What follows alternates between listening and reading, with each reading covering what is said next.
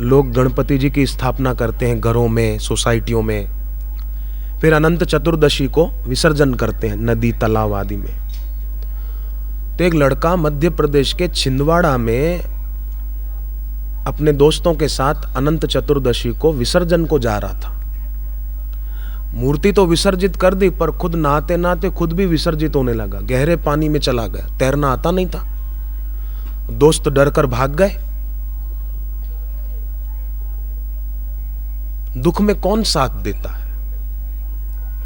हाथी और हथिनियां खूब मस्ती कर रहे थे पानी पर, मगरमच्छ ने हाथी को पकड़ के खींचा तो सब भाग गए।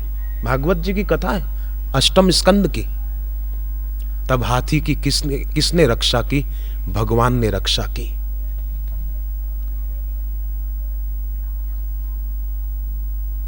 गजेंद्र मोक्ष भागवत जी का प्रसिद्ध है, 8वें स्कंद के दूसरे तीसरे अध्याय में आता है।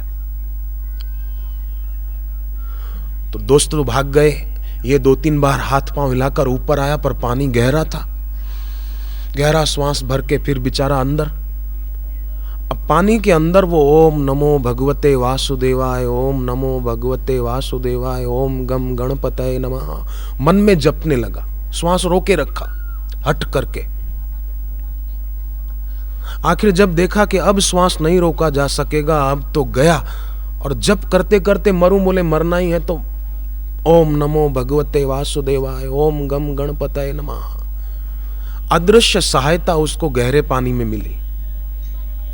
जब व्यक्ति प्रीति पूर्वक भगवान नाम जपता है ना, उस रास्ते चलता है, तो अलक्ष्य सहायता मिलती है।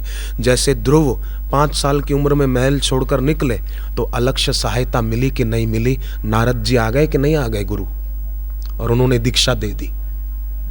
भगवान चाहते हैं, श्रीनाथ भगवान भी चाहते हैं। नारद जी ध्रुव को मिल गए। हमें भगवान की कृपा से भगवत स्वरूप बापूजी सदगुरु के रूप में मिले हैं, और उनसे जो दीक्षा ले पाए हैं उनको तो मेरा प्रणाम है। जो लेने वाले हैं उनको भी मेरा हाथ जोड़ के सिर झुका के प्रणाम है। इस रास्ते पर चलना ये बड़े भाग्य की बात है, ये कल्याणकारी मार्ग है। तो उसको अदृश्य अलक्ष्य सहायता मिल गई और वो किनारे आ गया। तो किनारे जो और लोग खड़े थे उन्होंने कहा, हमने तो आपको पहले देखा नहीं था, आप कितनी देर से अंदर थे? बोले काफी देर से था। बोले आप अंदर कैसे श्वास रोके रहे? बोले बस मैं जप करता रहा, और मैंने बापूजी का सत्संग टीवी पर सुना है, और बापूजी साधना आदि सिखाते हैं, वो मैं करता हूं घर पे, और उसी के प्रताप से मैं श्वास को रोके रहा और जप करता रहा, और न जाने कौन सी शक्ति ने मुझे धक्का दे दिया, मैं बाहर आ गया। शक्ति उन्हीं की है, ये मेरा दिल कहता है। वो बोला।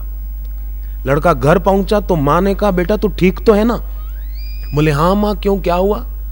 बोले न जाने क्यों बेटा, मुझे लग रहा था कि तेरे पर कोई कष्ट आया है, इसलिए मैं आश्रम चली गई थी, छिंदवाड़ा में जो आश्रम है, और वहां वटवृक्ष की परिक्रमा कर रही थी जहां गुरुदेव ने शक्तिपात किया है। वहां परिक्रमा करते हुए मैं कह रही थी कि मेरे बच्चे की रक्षा करना, रक्षा करना।